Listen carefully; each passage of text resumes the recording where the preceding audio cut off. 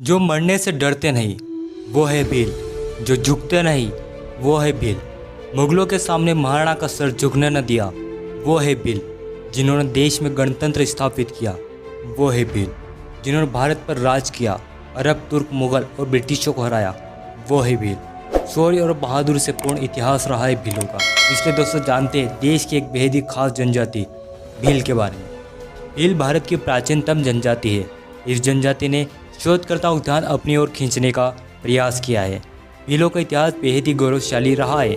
भील का अर्थ भील यानी तीर कमान होता है। भील वैसे तो भारत समेत पाकिस्तान और बांग्लादेश के बॉर्डर तक बसे हुए हैं, लेकिन भीलों की आबादी मध्य प्रदेश, गुजरात, राजस्थान, महाराष्ट्र और आंध्र प्रदेश में ज़्यादा है। भील लोग भील भाषा बोलते हैं, लेकिन वे अन्य भाषाएं भी किसी क्षेत्र के अनुसार बोलते हैं। हम इस वीडियो में भील इतिहास, भीलों की वर्तमान परिस्थितियाँ, कला, संस्कृति, भीलों की समस्याएं और उनकी मांगें आदि के बारे में जानेंगे। इसलिए दोस्तों वीडियो समाप्त होने तक आप हमारे साथ बने रहिएगा। भील इतिहास। भील भारत की बेहद ही प्राचीन जनजाति है। इतिहासकारों का मानना है कि भील जनजाति की उत्पत्ति भारत में ही हुई है। प्राचीन समय में भील अन्य जनजातियों की तरह कबीले में ना रहकर स्वतंत्र रूप से एक शासक के रूप में देश के कई क्षेत्रों पर शासन किया। भीलों ने सदियों पहले ही भारत में गणतंत्र व्यवस्था स्थापित कर ली थी। करीब 16वीं सदी तक भील शासकों ने कई बड़े बड़े क्षेत्रों पर शासन किया। राजमहल, किले, मंदिर आदि के निर्माण कराने के साथ साथ विकास कार्य किया। भारतीय पौराणिक ग्रंथ। भारतीय पौराणिक ग्रंथों में भीलों का भारी उल्लेख मिलता है। इस तरह से अंदाजा लगाया जा सकता है कि प्राचीन समय में भील देश में एक महाशक्ति के रूप में विद्यमान थे।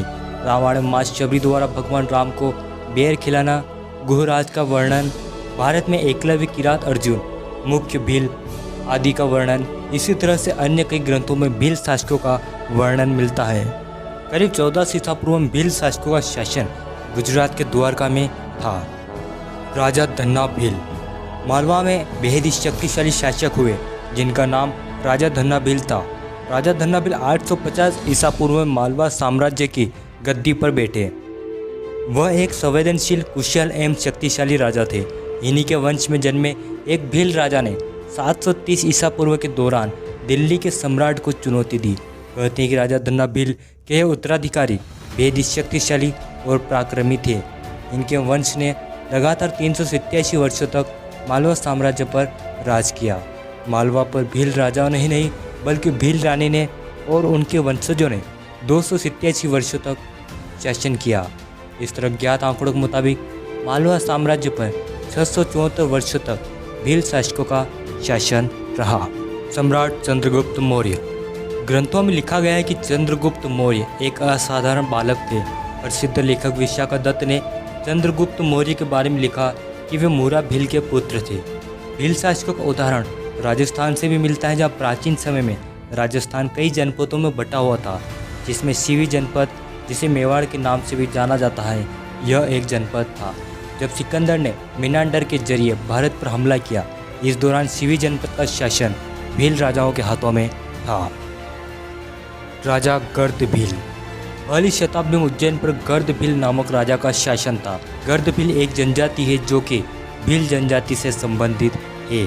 ओडिशा राज्य के पूर्वी भाग को भील प्रदेश कहा गया, जहाँ भील राज गर्द भील अथवा भील जनजाति से संबंधित का शासन रहा था। राजा गर्द भील का शासन उज्जैन में था। राजा गर्द भील एक बहादुर और पराक्रमी राजा थे। उनकी शक्ति का अंदाजा इस बात से भी लगाया जा सकता है कि जब उनके विरोध में एक साधु ने स्कंदी राजा से सहयोग मांगा, लेकिन राजा गर्द भील को चुनौती देने की हिम्मत स्कंदी राजा में नहीं थी। तब उस साधु ने शकों को उज्जैन के शासक गर्द भील से युद्ध करने के लिए बुलाया। इस युद्ध में उज्जैन के शासक गर्द भील की हार हो गई। सम्राट विक्रमादित्य। सम्राट विक्रमादित्य उज्जैन के शासक गर्द भील के पुत्र थे। जब गर्द भील शकों से युद्ध हार गए, तब उनके पुत्र विक्रमादित्य ने शकों से युद्ध किया और एक बार पुनः उज्जैन में गर्द भील साम्राज्य स्थापित हुआ और सम्राट विक्रमादित्य ने उज्जैन में शासन किया। सम्राट विक्रमादित्य के पराक्रम और वीरता के चलते आगे चलकर 14 राजाओं को विक्रमादित्य की उपाधि से नवाजा गया।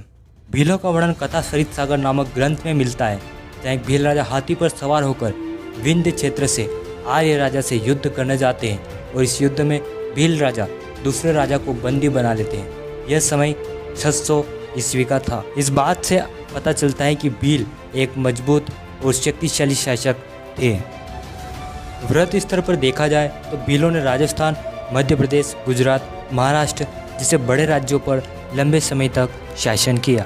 भील राज्य इतिहास में उस क्षेत्र को भील राज्य कहा गया जहाँ पर अधिकांश जनसंख्या भीलों की है अथवा जहाँ भील शासकों का शासन रहा, जैसे दक्षिणी राजस्थान, पूर्वी ओडिशा, अहमदाबाद, भीलसा इत्यादि।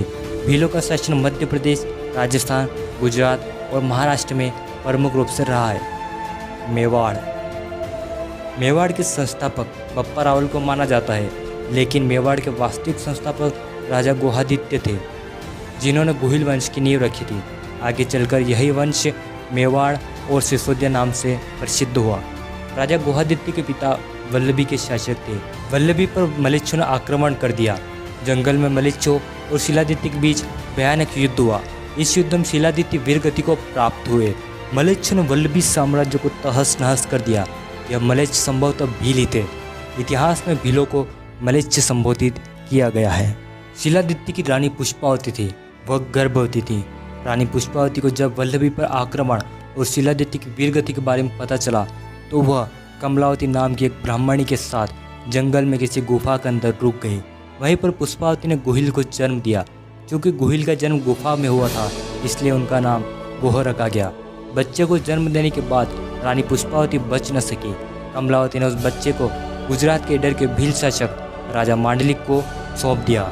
राजा मांडलिक ने गुहिल का लालन पालन पोषण किया। धीरे धीरे गुहिल बड़ा हुआ और राजा मांडलिक के राजमहल में रहता और भील राजकुमारों और बच्चों के साथ घुड़सवारी करता। राजा मांडलिक ने गुहिल को कुछ जंगल और पहाड़ दान में दिए। अकबर के दरबार के लिए अबुल फजल के अनुसार गुहिल और भील बच्चे साथ में खेल रहे थे। अभी खेल खेल में राजा चुनने की बारी आई और सभी बच्चों ने गुहिल को अपना राजा माना और इसी से खुश होकर राजा मांडलिक ने अपना इडर राज्य गुहिल को दे दिया। लेकिन राजस्थान के प्रमुख इतिहासकार कर्नल जेम्स टोड के अनुसार गुहिल ने राजा मांडलिक की हत्या कर दी और 566 ईस्वी में गुहिल वंश की नींव रखी। राजा गुहिल के समय से ही गुहिल वंश के शासकों का राज तिलक भील सरदार किया करते थे। धीरे धीरे गुहिल ने दक्षिण पूर्वी राजस्थान पर अपना अधिकार कर लिया। मेवाड़ शासकों ने प्रतिहारों को तो पराजित कर दिया, लेकिन कई सदियों से गुहिलों और भील शासकों के बीच संघर्ष चलता रहा। भील समुदाय शस्त्र चलाने में, शिकार करने में और युद्ध के मैदान में अपने चतुराई कारण प्रसिद्ध थे। गुहिल वंश के चौथी पीढ़ी के शासक नागादित्य का व्यवहार भील समुदाय के साथ अच्छा नहीं था। इसी से भीलों के बीच नागादित्य की छवि खराब होने लगी। भीलों ने नागादित्य के साम्राज्य पर हमला बोल दिया। दोनों पक्षों के बीच भयानक युद्ध हुआ और भीलों ने नागादित्य को हराकर पुनः इडर साम्राज्य पर अपना अधिकार कर लिया। मेवाड़ बप्पा रावल। भील और राजपूतों के बीच 1000 वर्ष तक युद्ध चलता रहा, लेकिन अब तक न ही पूर्णतः राजपूत भीलों को हरा पाए और न ही भील राजपूतों को। अब तक दोनों वर्ग समझ चुके थे कि आपसी मतभेद से अच्छा आपसी सहयोग है। एक बार पुनः गुहिल की तरह ही बप्पा रावल का लालन पालन भील समुदाय के बीच हुआ। दरअसल जब बप्पा रावल 3 वर्ष के थे तब वे और उनकी माताजी को सहायता की आवश्यकता थी। वे दर दर भटक रहे थे, तब भीलों ने उनकी सहायता करी। बप्पा रावल का लालन पालन भीलों के बीच हुआ और इस तरह भीलों की देखरेख में मेवाड़ का एक और शासक बप्पा रावल पला बढ़ा। बप्पा रावल जब बड़े हुए तब उनका संघर्ष भीलों के साथ हुआ, लेकिन वे भीलों को हरा नहीं पाए। इसलिए भील और बप्पा ने समझौता कर लिया। जब अरबों ने मेवाड़ पर हमला किया तब बप्पा रावल ने ओगड़ा के भील शासक पाली और उंदेरी के भील शासक देवों से सहायता मांगी। इस मुश्किल की घड़ी में भीलों ने बप्पा रावल की सहायता करी और उन्होंने मिलकर अरबों को बहुत दूर तक खदेड़ दिया। इसी तरह भीलों ने राणा हमीर, राणा मोकल और राणा सांगा का सहयोग किया। खानवा के युद्ध में भील अंतिम सांस तक युद्ध करते रहे। मेवाड़ महाराणा प्रताप हल्दी घाटी का युद्ध। जब अकबर ने चित्तौड़ पर हमला किया तब उदय सिंह चित्तौड़ हार गए। उन्हें एक सुरक्षित स्थान की तलाश थी। इसी तलाश में वे उदयपुर की तरफ बढ़े। उदयपुर में करीब 12वीं शताब्दी तक भील शासकों का शासन था। उदय सिंह चित्तौड़ से उदयपुर में आकर बसे। ये क्षेत्र खेती करने के साथ साथ सुरक्षा की दृष्टि से अति महत्वपूर्ण थे। यहीं पर महाराणा प्रताप पले बढ़े। महाराणा प्रताप भील शासकों के साथ खेलते कूदते युद्ध कला सीखते। भीलों के बीच महाराणा काफ़ी लोकप्रिय हो गए।